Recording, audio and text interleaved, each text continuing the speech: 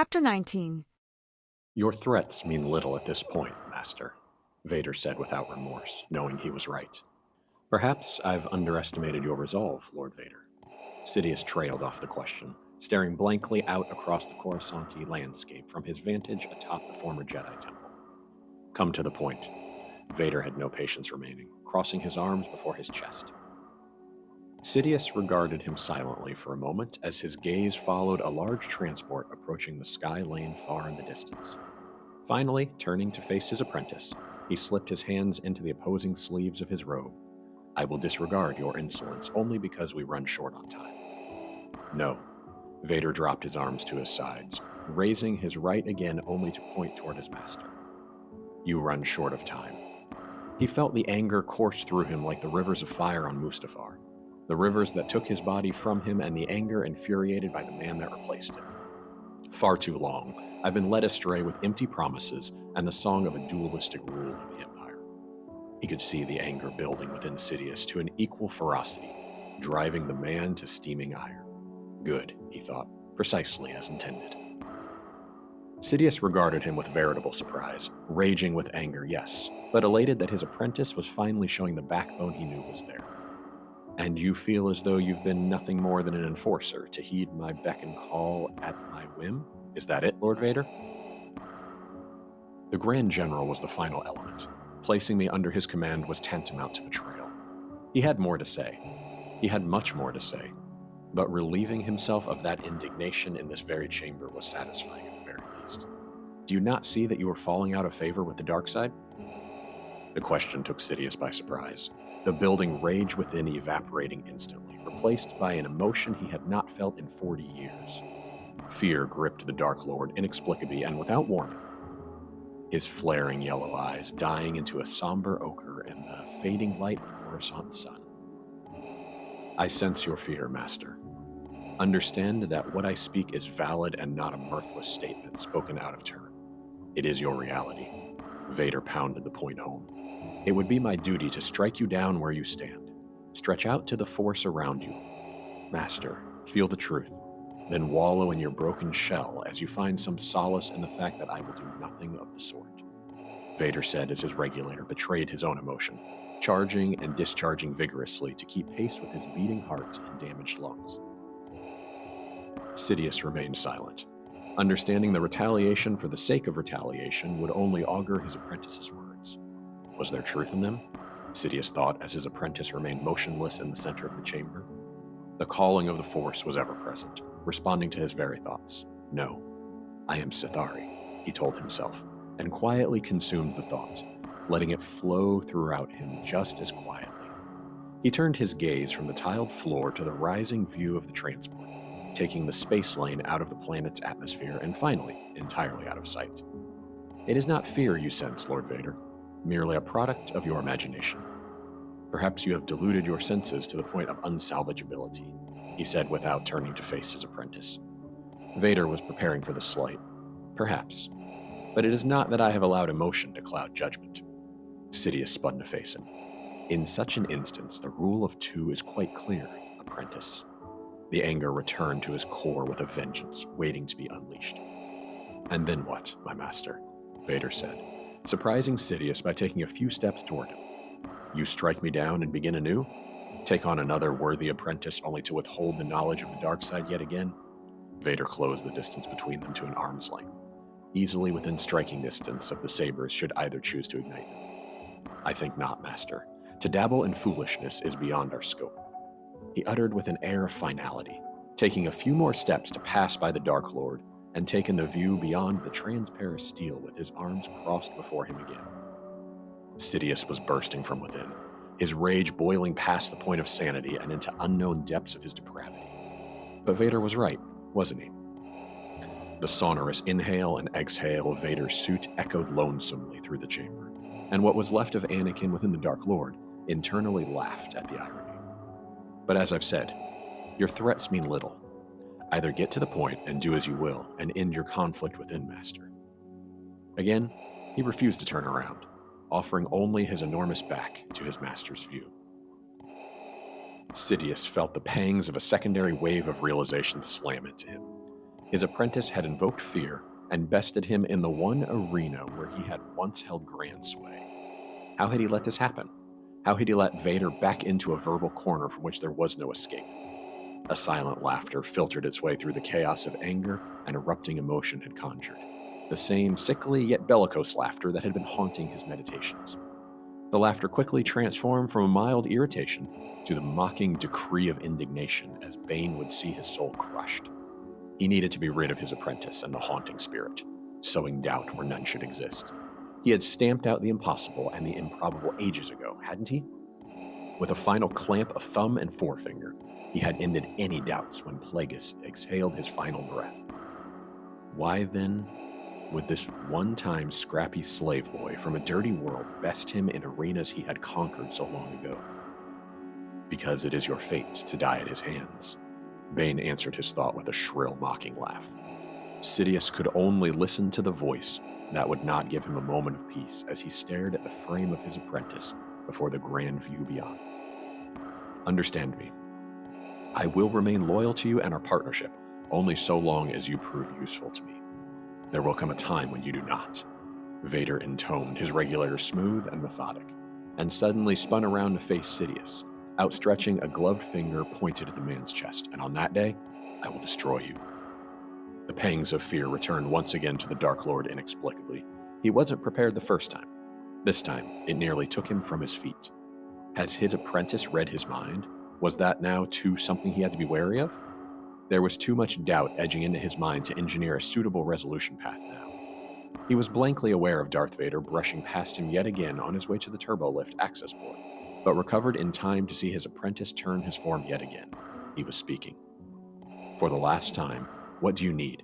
Vader boomed throughout the chamber, vibrating what wasn't attached to the tiled floor. Go to Ambria and retrieve Thana. I need her back. Alive. Sidious mouthed, trying in vain to regain composure. Vader turned and approached the opening lift doorway, casting his head back over the shoulder. It will be done, he said as he entered the lift, the door hissing closed behind him. Sidious glared at the closed turbolift doorway for some time, doing his best to eschew the confrontation that had taken place. Was he not as bold with his own master? Of course he was. The same promises were made to the old moon. Promises he did, in fact, follow through to completion. The promise from Vader felt like a threat to his ears, and he knew it shouldn't. It was merely the directive of a disciple of the dark side. Why then would it elicit something so strange to Sidious as fear? He in fact knew why, even before the crumbly voice broke through the fogginess in his mind. Because, boy, my promises to you were always met. The manufactured voice of his own master thundered through the recesses of his mind. I had given you everything, Palpatine, everything, withheld nothing, Plagueis continued. Sidious turned from the turbolift to shuffle his way slowly to the view from the transperisteel once again. Day was losing its battle with the encroaching night, shadows from the kilometers-tall monads blanketing the vibrant cityscape. You, on the other hand, Plagueis' voice began anew, have done nothing but take everything from him. Sidious felt as though the voice were laughing, although in memory, he could never remember the moon performing it. He has nothing left to lose, you fool. He doesn't fear your threats. Thus, they are empty, because you can take nothing more from him. Sidious could feel the contempt seeping through his psyche, scalding his mind the way Megito had scarred his flesh. He felt the urge to give in to the shame he had felt as an apprentice himself, wanting nothing more than to please the moon. Yet, he knew he had not taken everything from his own apprentice. Will you do the galaxy a service and just remain dead? Sidious spoke aloud for the first time since Vader had left the chamber. The moon's laughter returned tenfold, severing Sidious's connection with reality as his head screamed in torment. My boy, I only exist because you refuse to let me go. It is you that refuse to let me rest. His voice echoed painfully through the skull, slight trickles of blood running freely from Sidious's ears. A vengeance is forthcoming, Sidious, one you cannot outrun. The Force will collect its bounty, and you can do nothing to prevent it. Empty threats indeed, Master, Sidious said, defying his impulse, his feet planted firmly on the floor despite the disorienting raucous in his mind. Oh, the laughter renewed, subtle but filled with solemnity. The Force is nature, apprentice, and nature is a serial killer, Plagueis intoned with deliberate inflection. You will be nothing more than a trophy for its appetite." Sidious let the words echo out of existence, and he watched the final crest of the day's sun fall below the horizon. The tiny form of a Lambda-class shuttle bypassed the sky lanes completely as it blasted its way towards the ever-night of space. Nara dared open the good eye slowly as the burning orange brilliance pierced the darkness in all directions. She spun her head slowly to view the chamber in the fresh light, identifying details she had missed thoroughly within the crimson illumination. She felt her focus involuntarily pull up to the saber staff in her left hand. How light the item was in her grip. She couldn't identify the housing's alloy, but struggled off the failed inspection as the orange humming blade snapped with an audible report. She passed it before her several times, feeling it take its path through the open door, mesmerizing her senses with its hypnotic, arcing melody. She could see gentle ribbons of unsettled dust drawn into the blade as she stopped her motions abruptly in front of her, the blades perpendicular to the ground at her feet. Glancing at the bottom blade, she saw it was only a few centimeters from the stone floor, her grip naturally extended. She began to twirl the staff before her, working the melody of an electrical discharge to a fever pitch before stopping abruptly once again. The saber staff felt more natural to her than an original saber ever had. Nara glanced at the still form in Zana's body, peaceful in its slumber. She could not register her immediate predicament through clear comprehension, but did not feel the need to either. She looked around the small chamber once again as that reality began to worm its way into the forefront of her consciousness involuntarily, and she brought her good eye to rest on the attempted incursion into the rock wall. She momentarily looked down at the saber in her hand and back at the wall before taking the 4 steps back to it and plunging the blade into the stone. Nara felt no resistance whatsoever, knowing the saber would sink in as far as she was willing to thrust it. Without thinking, she plunged the blade to its hilt and began swirling an ever-expanding helix through the barricade. Remnants will no longer be an issue, she thought as the slagging stone was reduced to liquid under her efforts. However, she discovered an entirely new issue through the process and retrieved her arm before the skin began to blister from the intense heat. Stepping back, she examined her handiwork and then herself, standing mostly naked, severely wounded, and with only one good hand. Again, she looked to the cooling hole in the stone, knowing the endeavor would succeed only if she could survive the effort. Then, a thought struck her. Something she was hesitant to concede to, but a solution nonetheless. She looked back at Zana's body, eyeing the thick leather coat, the full-sleeved overshirt beneath it, the leather leggings, and tall boots. She even took in the cloth that encapsulated the body. She reluctantly shrugged under the weight of the duty ahead of her and ambled to the body. "I'm sorry, Zana." She whispered the words she knew only she could hear before trading the body for the saber, as she pulled it from the stone bier with the parts of her right hand that worked. As the body slumped to the floor, she took care to rest the head gently on the ground despite the pain shooting through her own limbs. Under the light of the saber staff above the bier, she commenced the duty of stripping the body bare, noting how well the items fit as she put them on. She took a length of the cloth wrapping and tightly wound it around her head, leaving a small opening for her left eye. She pulled on the right glove with a cracking sound that sent stabs of fiery pain up her arm. Knowing she had only finished the job of breaking a bone completely, she pulled on the left glove with little effort, then proceeded to tightly wrap the naked body on the floor, her foot kicking something against the wall in the process. The crystalline tinkle of resistance to rock alerted her of its location, as she eyed the tiny cubes resting from under the light of the saber staff, its geometry shimmering under the orange hue. She grasped it with both hands, almost tossing it into the ceiling from her expectant efforts.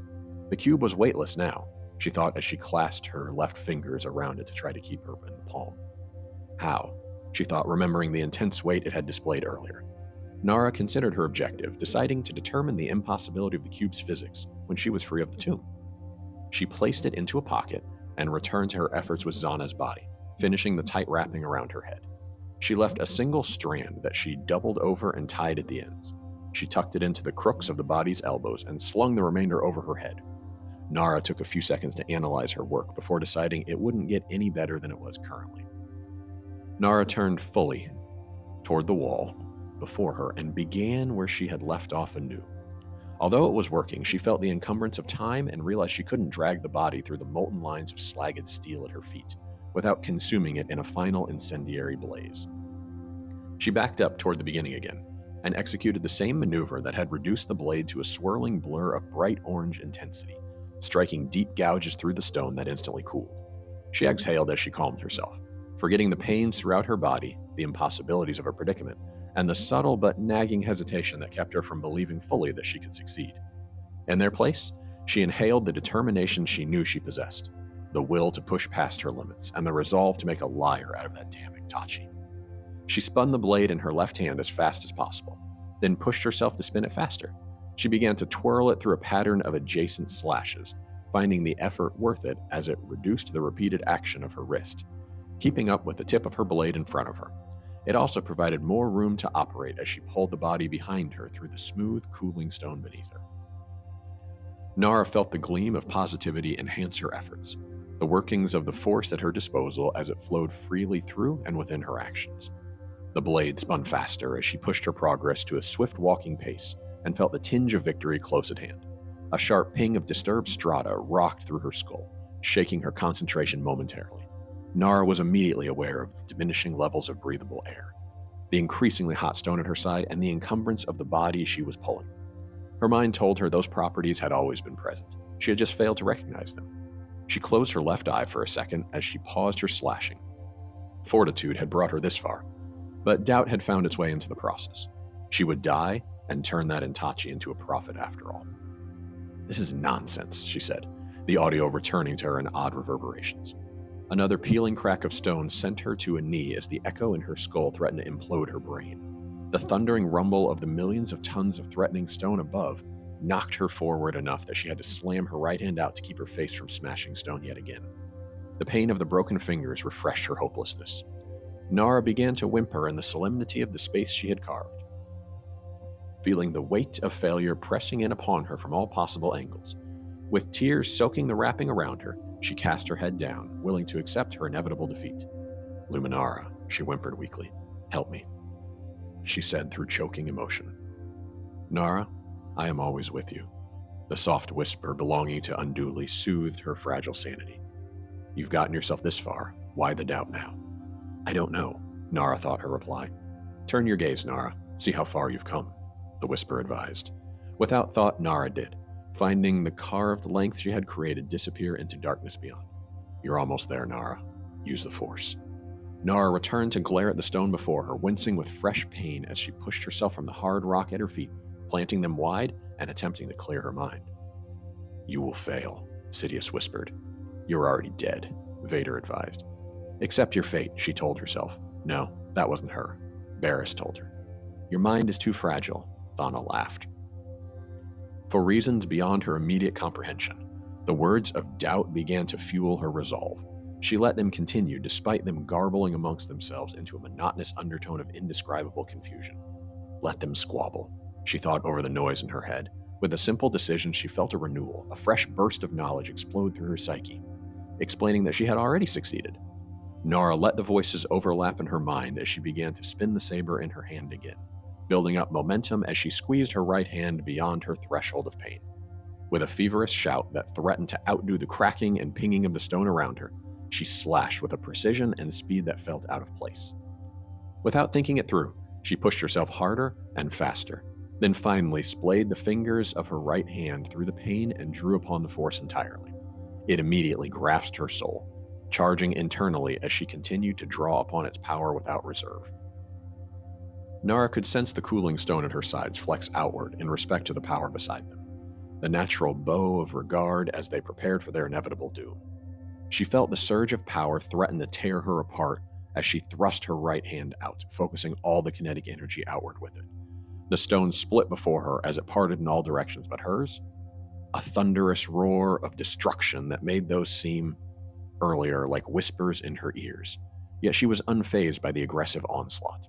The light of day sparkled in the air above her through the remnants of stone rain, bathing her surroundings with concussive force. Nara smiled inwardly as she stepped with absolute freedom of movement through the residual stone scree and pebbles that had decided not to join their arcing brethren through the morning sky above. Zara finished marching through the crevice and crater she had created, the body of Zana now slung over her shoulder. As she stepped out onto the first sands and rocky crags the valley she had come to know offered, she saw her Mushi lying in wait. Nara gently placed the body on the ground as she fired a hand down towards the cat's head. "Thank you," she said to the animal, bending forth to kiss its head, feeling it purr under her touch. Nara closed her eyes and dropped to her knees before him, unwinding the cloth from her head as she blew out her exhaustion and raised a hand to wipe away the final tears she had shed. She felt the cat turn its head slightly as the sky continued to thunder with the sounds of the efforts. She turned her head, opening her eye to follow the cat's movement before rising to her feet suddenly and dropping the saber to the ground. Before her was a canyon, ripped from the rock walls anew. Dust and smoke bellowed out from unseen flame at random intervals, seismic shocks ripping down sections of the newly formed wall. Echoing booms flooded the valley, with each section crashing down, sending clouds of sand, dust, and debris everywhere. Nara felt each pound her chest with a concussive force, yet her resolution kept her firmly in place. Her mouth was open, and she stared with pride and shock at what she had done. "Welcome to your canyon, Nara," Zana's spirit whispered between ear-splitting clicks and bone-shattering pings. "I can't believe I did that," Nara said in return without turning, her eyes still focused on falling rocks and belching dust. "And that is why you almost failed," Zana replied. "I thought I had moved past that, Zana," Nara said, watching the devastation unfold. "And now?" Nara was silent momentarily as she turned slowly to face the valley extending towards Lake Noth. "I have." "And of those that would argue the point?" Zana asked. "Buried," Nara replied in earnest. "Then you have truly been born anew, Nara. You will forever be the only one capable of holding you back." Nara consumed the words and let them dance in her mind, understanding the importance of each syllable. She basked in their truth as the last of the stone rain fell to the ground. "It almost broke me." "Considering your appearance, I'll take that literally," Zana replied. Nara looked down, remembering she was garbed in the spirit's clothing, her saber lying on the ground beside her. Sorry. She fumbled with the words awkwardly. No, Nara," Zana began. "They look good on you. Take up your saber and own it. They belong to you now." Nara felt the flush of embarrassment pass as quickly as it had assailed her, glowing from the response as she knelt to retrieve the saber hilt. She released an audible groan. "You're hurt," Zana said. Nara felt like responding with some form of wit, but decided against it. "Quite, in fact." She settled, "It will pass, though. Not the first time I've been injured." She finished as she heard rhythmic footfalls heading in her direction. She turned to her right to see both Quinn and Eerie making their way toward her position. "Thon," she heard Zana called out as the animals neared her. "Thon?" Nara questioned, wondering why she had called him, as Quinn slowed his canter and nuzzled his neck furiously upon approach. Eerie only 2 steps behind him. "Strip," Zana commanded. Fortunately, Nara had heard far stranger instructions. She figured the day couldn't get any worse anyway, as she pulled the clothing from her blood-stained, stone-scraped body, damaged with numerous winces and grunts of muscular protest. The 2 thumpers began licking at her skin, from head to toe and back again, knotting her hair with their saliva. Despite what she had been through, she silently wondered if it was worth doing all over again, instead of enduring what had transpired. Her stomach began to lurch, threatening a complete upheaval of its empty contents, the tang of bile touching the back of her throat. Within seconds, however, she could feel the effects of their efforts. The swelling around her right eye diminished to the point that she could slightly open it. The bones in her right hand suddenly felt soothed, and the lacerations of open wounds began to close. The pounding her head had endured since tumbling into the tomb finally subsided, and she felt an inner warmth embrace her wholly. Nara felt herself slipping into a partial catatonic state of bliss as Quinn wrapped his jaws around her body and carefully laid her prone form across Eerie's back. The thick fur felt her magnificent, soft, and luxurious against her bare skin as the animal moved slowly. Nara sensed her consciousness waver as the sum of the parts began to soothe her completely. She fluttered her eyes several times, vaguely aware of her forward progression seconds before the animal stopped. Nara could hear rushing water. Then Nara was cast unceremoniously into the rushing water, extinguishing her blissful state in 2 seconds flat. "Ah," she screamed as the cold water bit into every ounce of peace she had just felt. She wanted to protest further, but realized she had normal function in every extremity. The pain in her head was gone, her right hand was no longer broken, her eyes focusing in unison, and the lacerations closed. Each had a protrusion of a scar. It seemed as she inspected her injuries, but she didn't care, realizing that she had come full circle.